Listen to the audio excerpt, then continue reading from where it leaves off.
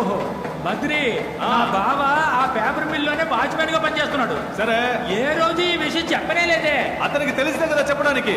ఏం బాబు తెలీదా లేక తెలియనివ్వకుండా జాగ్రత్తలు పడుతున్నారా? సూటిగా అడిగావు, సూటిగా అడిగింది, చెప్పుతో కొట్టినట్టుగా సూటిగా అడిగావు. మన చెరుకు రసం నుంచి తీసిన చక్కెర మాత్రం తుప్పు రంగులో ఉంది. బద్రి ఉప్పు రంగులో ఉన్న చక్కెర తెల్లగా ఎలా మారుతుంది? తెల్లగా మారడానికి సల్ఫర్ డయాక్సైడ్ వాడతారు. షుగర్, చక్కెర తినండి. క్యాన్ లెవెలర్ లో బ్లేడ్ మార్చారా? ఓవర్. బాయిలర్ టెంపరేచర్ చెక్ చేయండి. అక్కడ చెరుకు రసం మరుగుతోంది, ఇక్కడ చక్కెర పాకంగా మారుతోంది. నమస్కారం ఓనర్ గారు. ఏంటి బద్రి, ఊరు జనానికి ఒకే రోజు అన్ని విషయాలు నేర్పించేసేలా ఉన్నావే? మీరు అనుకునేలా కాదండి. ఇంకెలా? మీరెలా కష్టపడి చెరుకుని పిప్పి చేసిన తర్వాత దాన్ని మరిగించి దాని నుంచి చక్కెర తయారు చేస్తారో వీళ్ళకి తెలియదు. వీళ్ళెలా ఏమీ తెలియకుండా పిప్పిగా మిగిలిపోయారో మీకు తెలియదు. ఒకరినొకరు తెలుసుకోవాలి కదా, అప్పుడే కదా కరెక్ట్ గా ఉంటుంది. నీకు తెలియదంటే ఏది లేదు. వెళ్ళండి వెళ్ళండి, చూడండి. బద్రి చెరుకు ఫ్యాక్టరీ అంటే ఒకటే కంపు కొడుతుంది. ఇదేంటి బురదలా కారుతుంది? బురద ఇదా? దీన్నే మొలాసెస్ అంటారు. దీని నుంచే స్పిరిట్ తీస్తారు. ఆ స్పిరిట్ నుంచే విస్కీ, బ్రాండీ, బీర్ అని అన్ని రకాల మందులు తయారు చేస్తారు. అన్న నువ్వు మందేస్తావు కదా, అది ఎక్కడి నుంచి వస్తుందో తెలిసిందా? అయితే మరి వైన్ షాపులు మన వల్లే నడుస్తున్నాయి. అవునవును, బయలుదేరదాం. ఇంకేమైనా సందేహాలు ఉన్నాయా? ప్రభుత్వం ప్రైవేట్ వాళ్ళ చేతుల్లో ఉంది, కానీ ఫ్యాక్టరీలు ప్రభుత్వం చేతుల్లో ఉండాలి. ప్రభుత్వం ప్రజల చేతుల్లో ఉండాలి. ప్రజాస్వామ్యం అంటే ఇదే కదా. అర్థమైంది కదా? అర్థమైంది. మీకు అర్థం-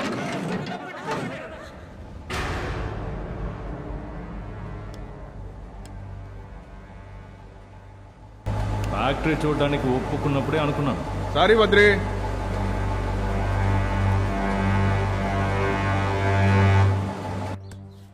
బి శ్రీనివాసరావు ఫోటో తగిలించు బద్రి. కనిపిస్తుందా? బాగా కనిపిస్తోంది. Okay, red cell. కొత్త టేబుల్ వచ్చేసింది. ఇంతవరకు ప్రెసిడెంట్ పోస్ట్ నుంచి ఆఫీస్ బేరర్ పోస్ట్ వరకు ఒక కులానికి చెందిన వాళ్లే ఉన్నారు. రైతు సంఘం అన్న పేరుతో కుల రాజకీయాలు చేశారు. ఖర్చు లెక్కల్లో నాగభూషణం సంఘ నిర్వాహకులు తరచూ విదేశాలకు వెళ్ళొచ్చినట్టుంది బద్రి. కానీ నరసింహరాజు గారు, రంగా గారు మన సంఘానికి వచ్చినప్పుడు వాళ్ళని కనీసం కలవలేదు. మన పారంపర్య వ్యవసాయాన్ని పక్కన పెట్టి వేరేదో చేయడానికి ప్రయత్నించారు. ప్రతి సంవత్సరం పూడిక తీయడానికి స్టేట్ గవర్నమెంట్ డబ్బు కేటాయించింది. సంఘం తరపున సంతకం పెట్టి ఆ డబ్బు తీసుకున్నారు, కానీ పూడిక తీయలేదు. సంఘం లావాదేవీల్ని అధ్యయనం చేయండి. కాంట్రాక్ట్, లీజ్, వేలం పడిన వాళ్ళు ఎవరెవరు డబ్బు కట్టలేదో వాళ్ళు ఎవరైనా నోటీస్ పంపించండి. ఇప్పుడు సంఘం డబ్బు ఎఫ్డీలో ఉంది, ఎఫ్డీ ఏమో తాకట్లో ఉంది, తాకట్టు పెట్టిన డబ్బు ట్రస్ట్ లో ఉంది, ట్రస్ట్ ఏమో నాగభూషణం కంట్రోల్లో ఉంది. ఎలా? ఎన్నో సంఘాల్లో ట్రస్ట్ ఇలాగే పనిచేస్తోంది. ఇది నాగభూషణం, ఇది సంఘం డబ్బు. ఇప్పుడు చెప్పు.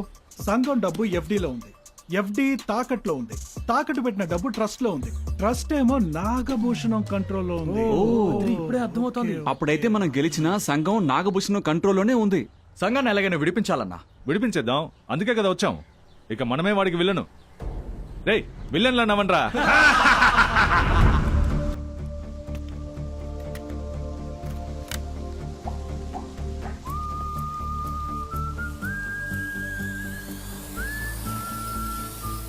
నువ్వు లేని ఈ 5-6 సంవత్సరాల్లో మన పండూరులో ఎన్నో మార్పులు జరిగాయి. ఇదే అన్న మేము చెప్పించవద్దు. ఉత్తర దక్షిణాల్లో దాదాపు 450 ఎకరాలు వృధాగా పడున్నాయి. దక్షిణ ఓ కులం, ఉత్తరం వాళ్ళు ఓ కులం. తెలుసో తెలియకో ఆవులు మేకలు మేయడానికి వెళ్ళినా గొడవలు కొట్లాట్లయి కనీసం 4-5 ప్రాణాలు పోతాయి. పోలీస్ స్టేషన్ లో కూడా దీన్ని డేంజర్ ఏరియా అని మార్క్ చేశారు. ఈ రెండు గ్రూపుల మధ్య ఉన్న కుల ఘర్షణలను తీరిస్తే అద్భుతంగా సాగు చేయగలిగే 450 ఎకరాలు దొరుకుతాయి. ఆ కులాలను తీసి పక్కన పెట్టి మానవత్వంతో ముందడుగేద్దాం. ఇటువైపు ఉన్న 260 ఎకరాల్లోనూ ఎవరూ సాగు చేయడం లేదు. అందులో వీడిది ఓ 3 ఎకరాల పొలం ఉంది. అవతల వైపు ఓ చెరువు ఉంది. వర్షాలు గనక బాగా పడితే ముందు ఆ చెరువే నిండుతుంది. కానీ దాన్ని సరిగ్గా సంరక్షించకుండా పూడికి తీయకుండా వదిలేయడం వల్ల పూర్తిగా ఎండిపోయింది. నువ్వే చూడు. ఇదిగో ఈ 30 ఎకరాల భూమి ఉందే, ఇది మొత్తం ఓ ముసలావిడికి సొంతం. ఆ ముసలావిడి మొగుడు చనిపోయాడు. ఆస్తి ఆవిడ పేరు మీద ఉంటే ప్రాణాలకే ప్రమాదం అని తిరుపతి ఏడుకొండల వాడి పేరు మీద రాసింది. ఇక్కడ 650 ఎకరాలు ఉన్నాయి బద్రి. ఓ తండ్రి తన 4 కొడుకులకి ఆస్తిని పంచాడు. ఒక కొడుకుని చదివించడానికి చేసినప్పటికీ ఆస్తిని జమ కట్టేశారు. ఈ సమస్య కోర్టుకెళ్ళింది. ఇంకేముంది, వాయిదా వాయిదా అని ఇంకా లావుతున్నారు. వాళ్లలో కన్నైతే తాగుడికి బానిసై పిచ్చోళ్లా తిరుగుతున్నాడు. ఈ సమస్యను గనక పరిష్కరించామనుకో 650 ఎకరాలు మన సంఘానికే. ఈ స్థలం రాజారాం, వీరబాబు, పెద్దబాలరాజు, రాఘవ్ కంట్రోల్లోనే ఉంది. సరే బెన్నీ, ఆ నలుగురికి వకీల్ నోటీస్ పంపించేద్దాం. అంతే. పోరాటానికి జనాన్ని పోగు చేయండి. నమ్మకంతో మొదలు పెడదాం. మంచే జరుగుతుంది.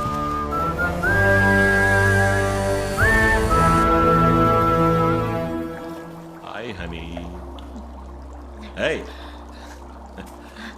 త్వరగా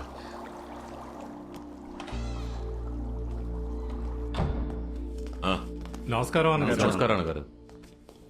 ఏంటి ఆ బద్రీగాడు రేపు ఉదయం గ్రామదేవత గుడి పక్కన ఉన్న 500 ఎకరాలని సాగు చేస్తాడట. ఆ స్థలం మొత్తం మా నలుగురికి సొంతం. రైతు సంఘానికి ప్రెసిడెంట్ అంటే ఎవరి పొలంలో అయినా సాగు చేయొచ్చు అనుకుంటున్నాడా? ఇకపోతే ఆ పత్రాలన్నీ ఎవరి పేరున ఉన్నాయి? క్లియర్ గా మా పేరునే ఉన్నాయి అంకుల్. అందులో 120 ఎకరాలు నావి. 80 ఎకరాలు నావండి. మా తాతల కాలం నాడు కొన్నది. మా అబ్బాయికి షుగర్ రీసెర్చ్ సెంటర్ కట్టిద్దామని ప్లాన్ చేశాను. మీరే చూడండి, పత్రాలు అప్రూవల్. ఇది కొత్తదే, రెడ్డి గారి దగ్గర కొన్నాను. ఓ కొత్త నిట్టింగ్ ఫ్యాక్టరీ పెడదామని ఈ పత్రాలతో గవర్నమెంట్ లోన్ కూడా ఏర్పాటు చేశానండి. మీ ల్యాండ్ పత్రాలు ఎలా ఇవ్వండి? ఇవ్వండి. ఇదిగోనండి. ఏమయ్యా, జాతికి ఒక నాయకుడు, భాషకు ఒక నాయకుడు, కులానికి ఒక నాయకుడు, మతానికి ఒక నాయకుడు అంటూ వీళ్ళంతా మనతో ఉండేవాళ్ళు కదా. వాళ్ళు కార్పొరేట్ ఓనర్లై చాలా కాలం అయిందండి. వాళ్ళు లేకపోతే ఏమయ్యా, బాగా ఆవేశంగా విప్లవాత్మకంగా మాట్లాడే నాయకుడు మనకు కావాలి. ఆ బద్రికి ఎంత కావాలో అడగండి. అయ్యా, పత్రాలన్నీ వీళ్ళ పేరు మీద పక్కాగా ఉన్నాయి. పోలీస్ శాఖ మన చేతిలో ఉంది. కావాలంటే కలెక్టర్తో చెప్పి షూటింగ్ ఆర్డర్ ఇప్పిస్తాను. మామూలుగా పోలీసులు అంటేనే భయం, షూటింగ్ ఆర్డర్ అంటే ఇంకా భయపడతారుగా. బద్రి స్నేహితుల మీద ఒక కన్నేసి ఉంచండి.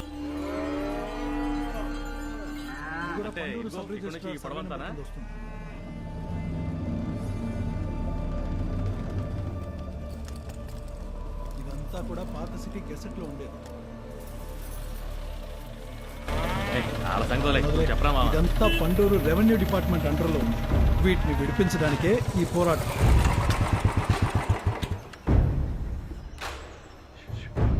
గ్రామ ప్రజలారా, తప్పుడు వార్త విని మీరందరూ ఇక్కడికి వచ్చారు.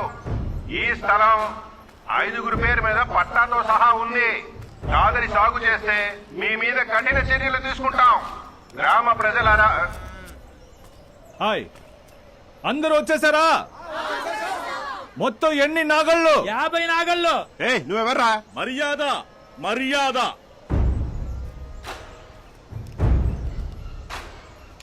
ఈ పోరాటానికి నాయకుడిని. నా పేరు బద్రి. నాయకుడు అంటున్నావే, అమాయక జనాన్ని ఇలా పోరాటానికి తీసుకొచ్చావే, ఇది నేరం కాదా? ఏదండి నేరం? మీ చేతిలో అధికారం ఉందన్న కారణంతో మీకు అన్నం పెట్టే రైతుల్ని కాల్చి చంపడానికి వచ్చారే, ఇది మీకు నేరంగా అనిపించట్లేదా? ఈ భూములన్నీ వేరే వాళ్ళకి సొంతం, మీరే చూడండి. 80ల పట్టా. సరే, ఈ పట్టాలు ఎవరి సొంతమో వాళ్ళు ఎవరన్నా వచ్చి కంప్లైంట్ ఇచ్చారా? ఇదిగో అయ్యగారులకే తెలీదు, వాళ్ళకి చూపించు. మీరే చూడండి సార్. తెల్ల దొరలు మధ్యవర్తులు లేకుండా డైరెక్ట్ గా ప్రజల కష్టాన్ని దోచుకోవడానికి స్లేవరీ అబాలిషన్ యాక్ట్ పేరుతో లండన్ పార్లమెంట్ లో 1892లో కొత్త చట్టాన్ని ప్రవేశపెట్టి ఊరికే పడున్న పోరంబొక్కు స్థలాల్ని కష్టపడే బడుగు వర్గాల వారికి రాసిచ్చారు. ఈ కొత్తపల్లి భూములు కూడా ఆ కోవకి చెందినవే. ఇది వినోబా గారే భూదానం ఉద్యమం ద్వారా 1951లో 50 ఎకరాల భూమిని 25 పేద కుటుంబాలకి పంచారు. 1961 ల్యాండ్ సీలింగ్ చట్టం ప్రకారం పండూరులో ఉన్న భూస్వాముల దగ్గర నుంచి ప్రభుత్వం స్వాధీనం చేసుకుంది 100 ఎకరాలు. ఆ తర్వాత 1971 ల్యాండ్ సీలింగ్ చట్టం ప్రకారం 50 ఎకరాలు, మొత్తం 500 ఎకరాలు. ఇవన్నీ గత 5 ఏళ్లుగా మా వాళ్లు సేకరించిన ఆధారాలు. 1972 వరకు మన దేశంలో స్థలం అమ్మిన వాళ్ల వివరాలే ఉంటాయి, కొన్న వాళ్ళ వివరాలు ఉండవు. ఇవన్నీ మన అవిజ్ఞానాన్ని ఆసరాగా తీసుకుని మోసం చేసి రాయించుకున్న భూములు. ఏదైనా పోలీసులకు చెప్పకుండా చేయకూడదు. అవన్నీ మీతో చెప్పాల్సిన అవసరం లేదు సార్. బాబు, అయినా మీతో అప్పుడే చెప్పాంగా. మీరు లా అండ్ ఆర్డర్ డిపార్ట్మెంట్ కదా. భూ అపహరణ నివారణ ఎస్పీ గారికి మేము అన్ని డాక్యుమెంట్స్ చూపించాం. ఆయన వాటిని చదివి అర్థం చేసుకున్నారు. ఆ తర్వాతే మేము ఇక్కడికి వచ్చాం. మీరు ఎవరు కంప్లైంట్ ఇచ్చి ఇక్కడికి వచ్చారో మీరే చెప్పాలి. బద్రి, ఎస్పీ సార్, ఫోన్ స్పీకర్లో పెట్టమంటారా? ఒక్క నిమిషం సార్. అది ఇలా ఇవ్వండి. మిస్టర్ సుందర్రావు, బద్రి దగ్గర ఉన్న డాక్యుమెంట్స్ అని ఒరిజినల్ డాక్యుమెంట్స్. ఆ భూములన్నీ చట్టవిరుద్ధంగా రాయించి తీసుకున్నారు. ఇది కనుక ప్రశ్న తెలిస్తే జాతీయ సమస్య అయిపోతుంది. హోమ్ సెక్రటరీతో నేను మాట్లాడుతున్నాను. మీరు వెంటనే అక్కడికి బయలుదేరిపోండి. ప్రియమైన రైతు మహాజనులారా, మీ అందరికీ భూములు లేవనుకున్నారు కదా. మీ అందరికీ భూములున్నాయి, అది కూడా ప్రభుత్వ పట్టాతో ఉన్నాయి. పోలీస్ మిత్రులారా, ఇప్పుడు జరగబోయేది భూ నివారణ పోరాటం. కాల్చాలనుకుంటే నన్ను కాల్చండి, మమ్మల్ని నమ్మి వచ్చిన అమాయక రైతు ప్రజల్ని ఏమి చేయకండి. ₹10 దాచడానికి 6 అడుగులు లాకర్ కొన్నాం. ఇది అవసరమా? ఏంట్రా తేలిక తీసి పారేశావు? 3 ఎకరాలు, 5 ఎకరాలు, 10 ఎకరాలని అక్కడక్కడ విడివిడిగా దొరికిన దాదాపు 250 ఎకరాల పత్రాలు ఉన్నాయి. బద్రి, ఈ పత్రాల్లో ఉన్న సగం మంది ప్రాణాలతో లేరు. మిగతా వాళ్ళు ఎక్కడున్నారో కూడా తెలియదు. అంతేకాదు మన సంఘానికంటూ మొత్తం 20 సవర్ల బంగారం ఉంది. ఇవన్నీ సరిపోక లోకల్ కోర్టు నుంచి సుప్రీం కోర్టు వరకు సివిల్ కేసు, క్రిమినల్ కేసులని మన సంఘం మీద బోల్డ్ అని కేసులున్నాయి. అవన్నీ మన సంఘానికి చేరాల్సిన ఆస్తులు. వాటిని విడిపించి సంఘానికి చేర్చాల్సిన బాధ్యత మనది. వెళ్ళండి. అలాగే బద్రి. ఒక్కో కేసుగా డీల్ చేద్దాం. మామా టెస్లా, నువ్వేగా టెక్నికల్ టీము. వెళ్ళి పాస్వర్డ్ సెట్ చేయకుండా బొమ్మతో ఆడుకుంటున్నావేంటి? ఏంటి ఇది బొమ్మ? ఏం కాదా? ఇదే మన సంఘం తాలూకు డిజిటల్ మినిట్ బుక్. మామా, నువ్వు వెళ్ళి పాస్వర్డ్ సెట్ చేయి. అది ఎవరైనా పెట్టచ్చు, వెళ్ళి పెట్టండి.